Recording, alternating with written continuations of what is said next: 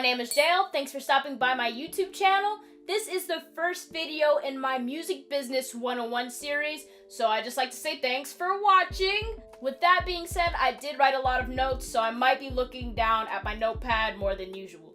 If you want, you can think of me as the kid that was in your math class that studied a lot and could basically always help you with the homework.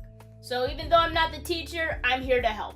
As we move forward, I'll do my best to have all of the links in the description as well as the timestamps. That way, if you ever want to come back and watch the video, they're there for easy reference.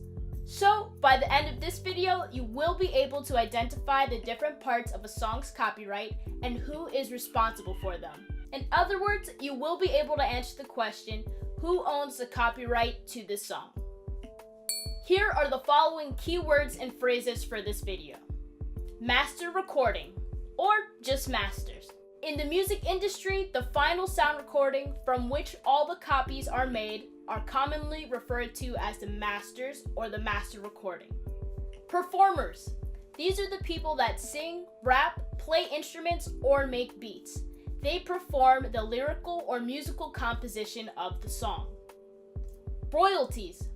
This is the money earned from performing, selling, and or licensing the sound recording of a song. Publishing royalties, or just publishing. This is the money earned by performing, selling, or licensing the composition of a song. The chart. The best way that I can explain song ownership is visually. The following chart shows how a standard song can be divided into 4 categories using 2 rows and 2 columns. In the first row, we have lyrical, and in the second row, we have instrumental. When it comes to music, a song is split 50-50 between the lyrical performance and the instrumental performance. Think of it like this. If I were to take the vocals away from a song, we would be left with just the instrumental, and the song would be incomplete.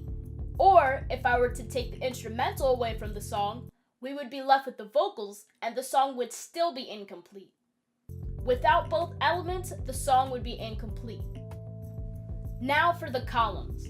In the first column, we have sound recording, and in the second column, we have composition. The reason for this is because the person that writes the lyrics or composes the music may not always be the person that performs the lyrics or the music.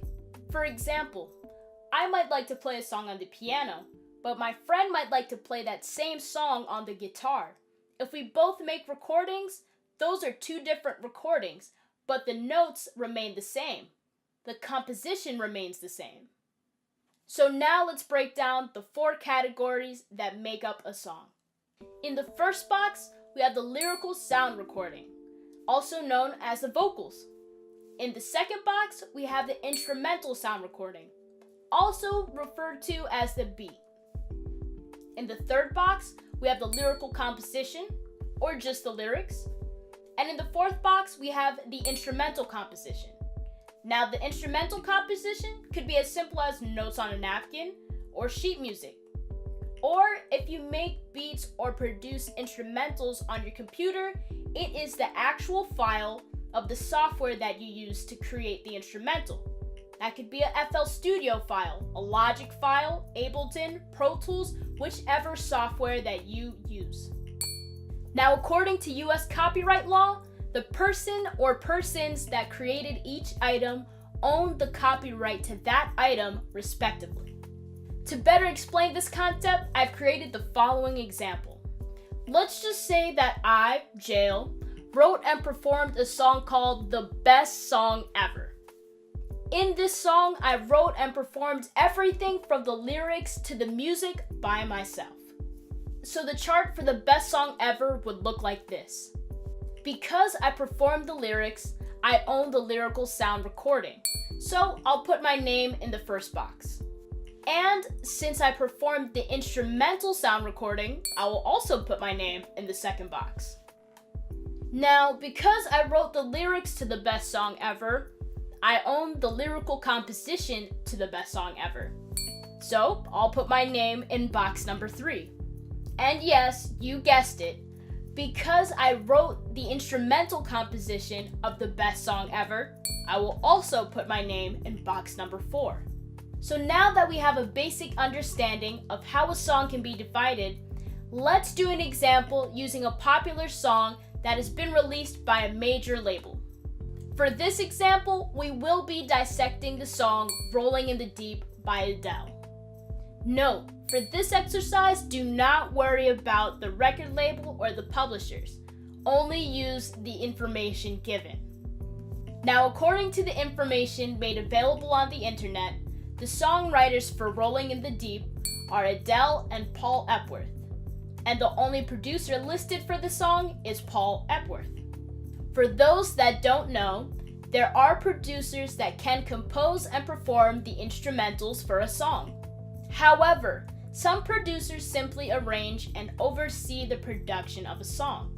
So take a moment, pause the video, listen to the song if you need to, and try to fill in the 4 categories of the song.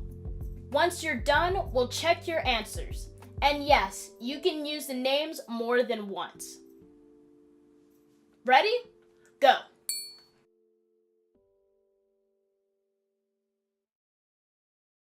Alright, here are the answers. In box 1, for lyrical sound recording, you should have Adele, since she's the only vocalist in the entire song. In box 2, for instrumental sound recording, you should have Paul Epworth. Since he's the only producer listed for the song, we'll assume that he's responsible for the instrumental sound recording. In box 3, for lyrical composition, you should have Adele and Paul Epworth. Since they're both listed as songwriters for the song, they both own the lyrical composition. In box 4, for instrumental composition, you should have Paul Epworth. Again, since he is the only producer listed for this song, we will assume that he's responsible for the instrumental composition. Great! I hope that example helped you understand the 4 categories of a song's copyright. The reason why I've created this video series is because creating and distributing music is easier now than ever before, which means that more and more people will be encouraged to create and distribute music. Therefore, more and more people need to educate themselves on the music business. And although there are plenty of books and resources online, I felt that some topics can get over-explained and some materials may appear a little bit intimidating. So I decided that making videos was the best way that I could help as many people as possible. With that being said, the one book that I can recommend to anyone that wants to pursue a career in music and do business in the US would be Donald Passman's All You Need to Know About the Music Business. The book is written by a seasoned entertainment lawyer, it's updated regularly, and endless lawyers and business people alike all recommend this book. In the next video of the series, I'll be going more in depth on music business for vocalists, lyricists, and songwriters. I'll be covering topics such as who owns the rights to your voice, who owns the rights to your lyrics, and writing for others. That's it for today. If you have a question, leave a comment and I will respond as soon as possible. Share this video with someone who wants to have a career in the music business. Like the video if you like it, and subscribe and hit the notification bell if you want to see more videos like this in the future. And if you follow me on Instagram, throughout the week I post tips on how to improve your live performance and your experience in the recording studio. Until next time, bye.